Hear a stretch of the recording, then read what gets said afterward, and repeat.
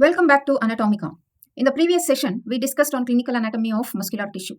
In this session, we will summarize the complete topic of muscular tissue under gross structure, histology, and clinical anatomy. Under gross structure, the muscle is classified into unstriated involuntary, striated involuntary, and striated voluntary muscles. Unstriated involuntary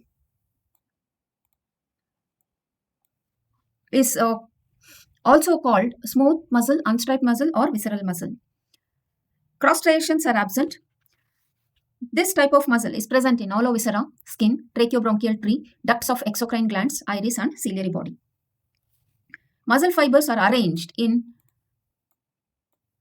three types, either in one layer where the circular fibers predominate, either in two layers where it has both circular and longitudinal arrangement, or in three layers where there is inner and outer longitudinal and middle circular. The nerve supply to the smooth muscle is either by autonomic nervous system, or it can be through complete reflex arcs, bipolar sensory neurons, or the transmission, depending upon the transmission of waves, that is whether the nerve is supplying the single muscle fiber, and through that the waves are transmitted to all the other cells, or the nerve fiber branches and separately supplies the individual fibers. It is classified into single unit or multi-unit fibers. The smooth muscle through the body is developed by splanchnic mesoderm, except the muscles in the iris and arrectoris pylorem, it is developed by ectoderm. Coming to the striated involuntary muscle, that is the cardiac muscle, it is cross-striated. It is supplied by autonomic nervous system. It is specialized to provide intrinsic rhythmic contractility. The arrangement of fibers are different in atria and ventricle. In the atrial fibers, they are arranged in two layers, that is superficial and deep layers. The ventricular fibers are arranged in three layers, superficial, middle, and deep layers. The nerve supply is both by sympathetic and parasympathetic of the autonomic nervous system. The sympathetic system increases the heart rate, vasodilation of coronary arteries, then it conveys painful sensation through the sensory fibers. The parasympathetic fibers decreases the heart rate and helps in vasoconstriction. Now coming to the third type, that is the striated voluntary muscle. It is also called skeletal striped or somatic muscle. It is cross-striated. Terminologies, there are different terminologies used to describe the voluntary muscle. Origin, insertion, belly, and fibrous part. Origin and insertion, the attachments depending upon the function of the attached part. Then belly is the fleshy part and the fibrous part is the connective tissue part, and depending on the shape, it is called as tendon, aponeurosis, or raphe. Now, depending on the color or the direction and actions, the muscle is classified further. So, depending on the color, the muscle is classified as the red muscle or the white muscle. Depending upon the direction, it is classified as parallel, oblique, spiral, or cruciate muscles. The parallel fibers are further classified into strap muscles, quadrate muscles, and fusiform muscles, depending upon the shape. The oblique muscle is further classified as triangular and pinnate, and the pinnate muscles are the unipinnate, bipinnate, multipinnate, and circumpinnate muscles. Depending on the actions, it is classified into three types based on force of action, contraction, coordination of activity, or function. Depending upon the force of action, it is classified as spurt muscle or shunt muscle.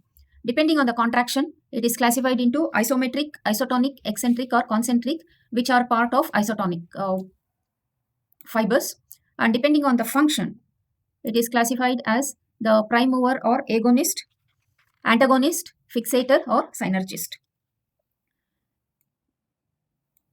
Muscles are named based on the shape, size, number of origins of the muscle, attachment, depth or overlapping, position or location, structure or action.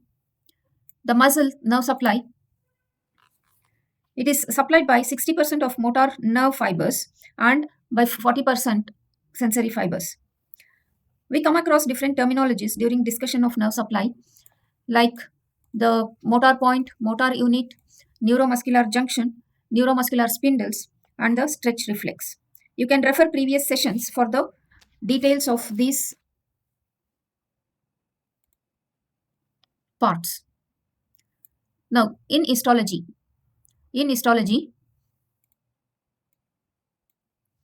there are different terminologies used in muscle fiber. That is, it is called sarcolemma for the cell membrane, sarcoplasm for the cytoplasm, and sarcoplasmic reticulum for the smooth endoplasmic reticulum. It is structurally classified into the skeletal, cardiac, and smooth muscle, as we know. Skeletal muscle is discussed under the light microscopic feature, organization of skeletal muscle, and ultrastructure of muscle fiber. The light microscopic features are it is long cylindrical fibers. It has peripheral multinuclei situated just deep to the sarcolemma. It is cross-striated. It helps in quick, forceful contraction, and it is under voluntary control. The muscle fibers are organized as follows. The connective tissue is arranged in 3 layers: epimysium, perimysium, and endomysium. Epimysium covers the whole muscle, perimysium the muscle fasciculus, and the endomysium single fiber. The muscle fibers are arranged in following manner. The whole muscle is made up of the muscle fasciculi, numerous bundles of muscle fasciculi.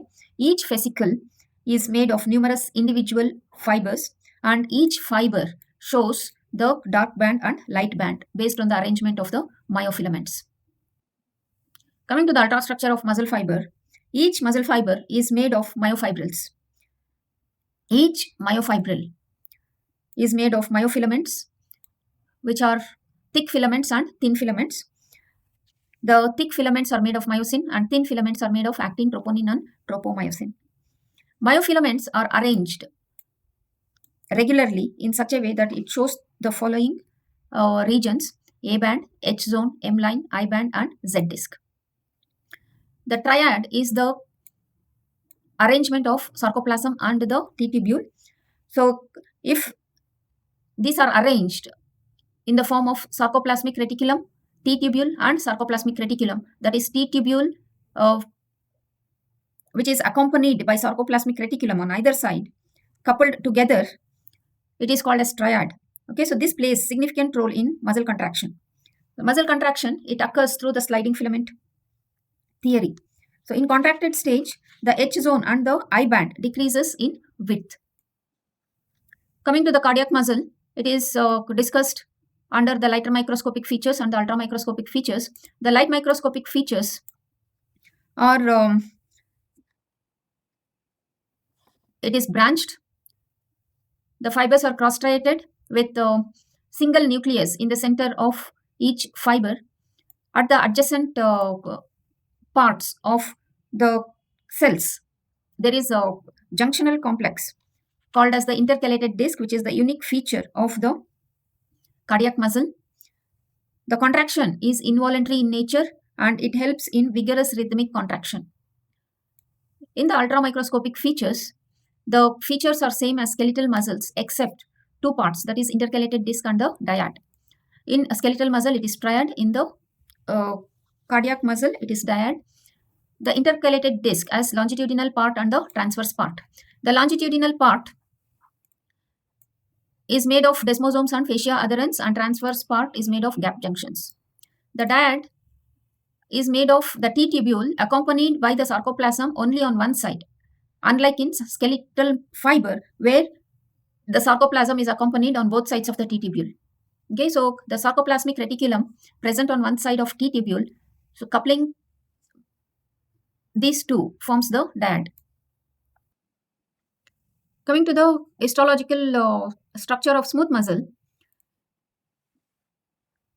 it is discussed under light microscopic features, ultrastructure, and nerve supply. The light microscopic features are it is fusiform in shape or spindle shaped.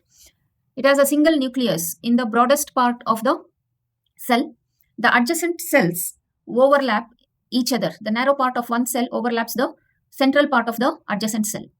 It lacks striations and the contractions are involuntary in nature. It helps in slow, steady contractions. The size varies from 20 micron meter to 500 micron meter as in the pregnant uterus. The ultrastructural features shows the caveolae on the cell surface, which are nothing but the depressed regions which pumps in the calcium ions. So calcium ions are more in these regions. Myofilaments are oriented obliquely at angles to each other, unlike the skeletal and cardiac muscle where they are regularly arranged. So these myofilaments are formed by thick filaments and the thin filaments. The thick filaments are made of myosin. The thin filament is made of tropomyosin and actin. Troponin is absent here.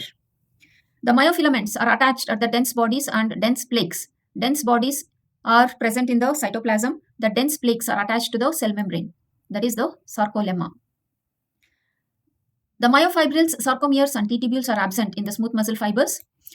Now, the sliding filament theory is similar to that of skeletal muscle, except for the following differences. The T-tubules are replaced by the caveolae, and when the muscle is contracted, okay, the surface is not smooth.